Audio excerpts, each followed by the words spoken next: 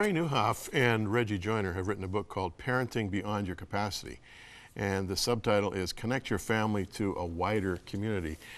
Carey is here. He pastors in Barrie and Orillia, right, Carey? Yeah. Welcome. Great to have you on the program. Thanks. Great to be here.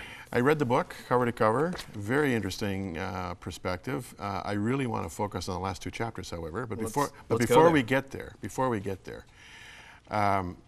tell me about the color orange. Yeah, the color orange is a metaphor that Reggie and I use to describe what happens when you combine two influences. So orange is made up of two colors, red and yellow. And we say yellow can kind of represent Christ and the church and the light of Christ, and represents the influence of church in society and in the family. And then red is kind of the color of family. It's the color of home and the heart and love. And often I think as parents and as church leaders, we think of these two influences or these two institutions operating independently of each other. So a family's trying to figure out what to do, and they think, well, we'll just bring our kids to church, and the church kind of thinks it's the deal. We say, well, why don't we actually combine these two influences and produce something more vibrant than we would ever get if they were independent of each other? Now, when I read that in the early part of your book, I was quite intrigued with that, because as a pastor myself, the thought that occurred to me immediately was, that's a great ideal, but how does one actualize that? I mean, it's fine to say there should be a convergence of the church and the home.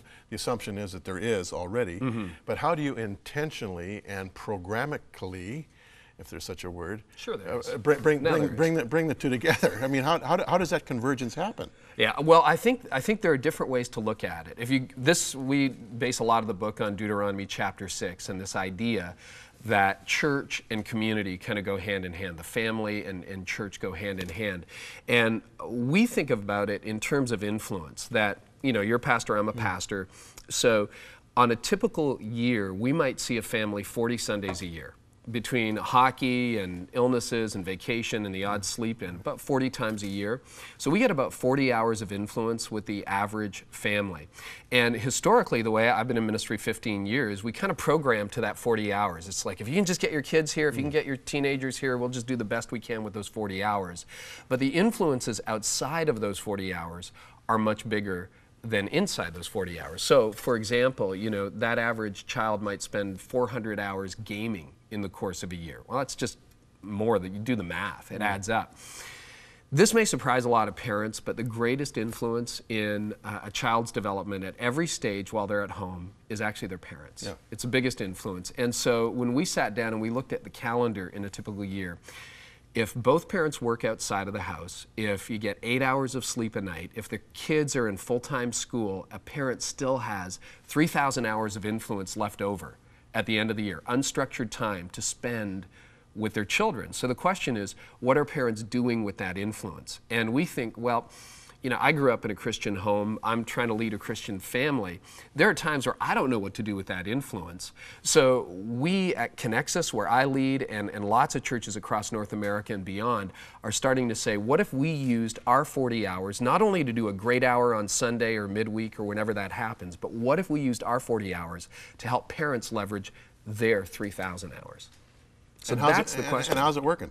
You know, I think it's starting to work. I mean, this is all, we've only been doing this for 4 or 5 years, but I think it's starting to really make an impact. So one of the things that we do, our director of children's ministry and student ministry at our church, and lots of other churches do this, we send home material that's beyond just the little craft that you kind of, you know, keep on the kitchen table or put on the fridge door and then throw out when the kids aren't looking. So we go beyond that, and we put what we hope will be helpful information that they can use in the rhythm of everyday life at home. So it talks about maybe what we talked about on Sunday.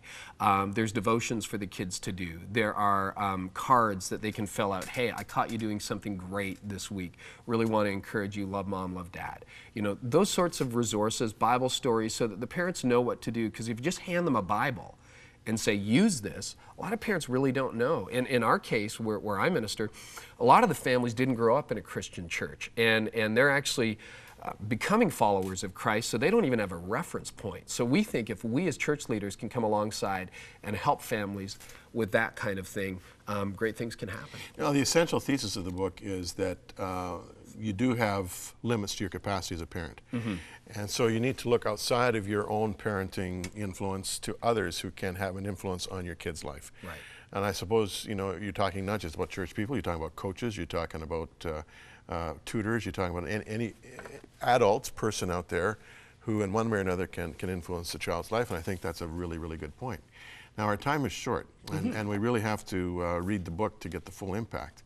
But I was very interested in, like you talk about family values here, but I was interested in two of the family values at the end. Make it personal, and make it personal, which is chapter 7, right? Right. And then I was interested in chapter 8, back to the story. You make a very profound point in making it personal. First of all, you say that, you know, you can't expect your kid to have within him spiritual values and a worldview that doesn't start with you as a parent. I mean, if you don't have it, how can you expect the kid to have it? They might catch it, but the odds go way down. Yeah, the odds go way down. And you mentioned that our children already have a front row seat in our lives. The question is, what are they watching? And you also talk about an inborn fake meter that kids have. Yeah, they do. they can spot a phony really quick, but it has to be in you before it can be in them, is basically what you're saying in that chapter. Make it personal. This is quite a challenge to a parent. It is, because I think we're in a parenting, and we're in a generation where as parents we do things for our kids. So we just run them to soccer, we run them to hockey, to football, to dance, to, you know, equestrian, whatever they're involved in. And I think church can fall into that category. Sometimes families wake up and they go, we got kids, what are we going to do with this influence? Away we go. And they take them to church. And eventually, you know, kids buy into that when they're very young, but they start to discern what's real for you. If you're saying nutrition is important, but every time you're at the hockey rink, you're going for the French fries, they pick up on that pretty quickly. They're like, wait a minute, what you say and what you do and how you live are two very different things. So what we're suggesting in Make It Personal is that the kids need to see whether this is something that you're actively pursuing. And because parents in our generation tend to do everything for their kids, they don't put themselves first when it comes to personal growth. And what we're saying to parents is, this is the one area of your life you've really got permission to be selfish in. That you can actually take some time and just say, you know what, kids, depending on the age of your kids, but I'm just going to take a half hour now. Or you swap off if you're married with your partner and just say, you know what, I'm going to just take a break. Read your Bible, renew yourself, pursue some life-giving relationships. Get involved in something that's for you and not just for your kids. And when they see you growing, and they see that, hey, mom and dad are working through their difficulties, and they don't have all the answers, but they at least know who to turn to, and they see that they can actually start to trace out your growth and development spiritually and emotionally, I think your kids start to go, there's something very compelling to this that I need to pay attention to. So we're just we're giving parents permission, I hope, with that value, that they can just kind of run with it and say, I'm just going to be selfish for a half hour, and I'm going to pursue a life-giving relationship. I'm going to have some quiet time with God. We're going to go on a date night, and no, we're not going to be home tonight. But to pursue those things that really renew who you are as a follower of Christ. In Back to the Story, which is at the end of the book, you talk about mobilizing your child and the importance of letting them go as they get older and discovering their own unique and individual roles and place in the world, which is very good wisdom. I've often said, you know, you raise a kid till he's about 12, and then from then on you guide them, you know, and you have to learn how to let go of them. But you talk about the importance of service in a kid's life. You in fact say that if you can get a kid serving in some way, it's going to have more of an impact perhaps than Sunday school in the long term.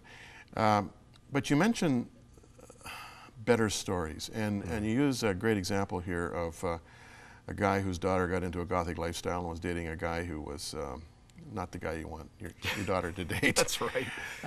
And she got some counsel. And was this a pastor, Don? Well, Don Miller, Yeah. actually, who's a friend of Reggie, who I wrote the book with. Don Miller met this guy, and he came to him for advice, and his problem was his daughter was dating not the right kind of person. And Don said to him, you know what the problem is? He's got a better story than you do.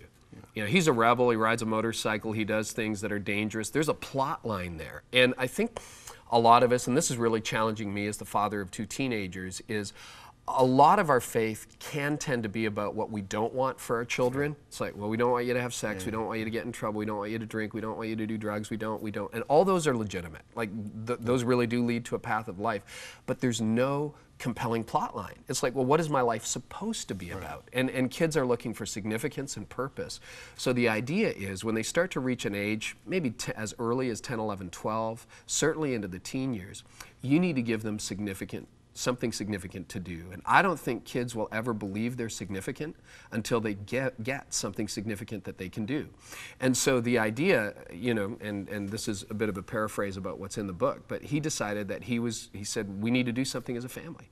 And so they decided to go to an impoverished nation and start an orphanage, and they raised all the money, and months later, his daughter dropped the deadbeat boyfriend and said, this is something I can give my life to. He gave her a better story. A much better story. Yeah. And so whether that, like my oldest son, who's in first year university now, loved music. He got in deep with our music team and really got some relationships around him that helped him form who he was as a teenager. It wasn't just us, but there was a wider circle and a wider community. And if you can find a path of service, whether that's leading a small group or being involved in a charitable not-for-profit, or whether that's just, you know, being the church rather than listening. We think it's information sometimes that's going to transform people. It's actually service and getting involved that transforms people. The book is called Parenting Beyond Your Capacity, Connect Your Family to a Wider Community. Reggie Joyner and Carey Nieuwhof are the co-authors. Carey has been our guest. Thanks for coming away, Carey. Hey, thanks so much.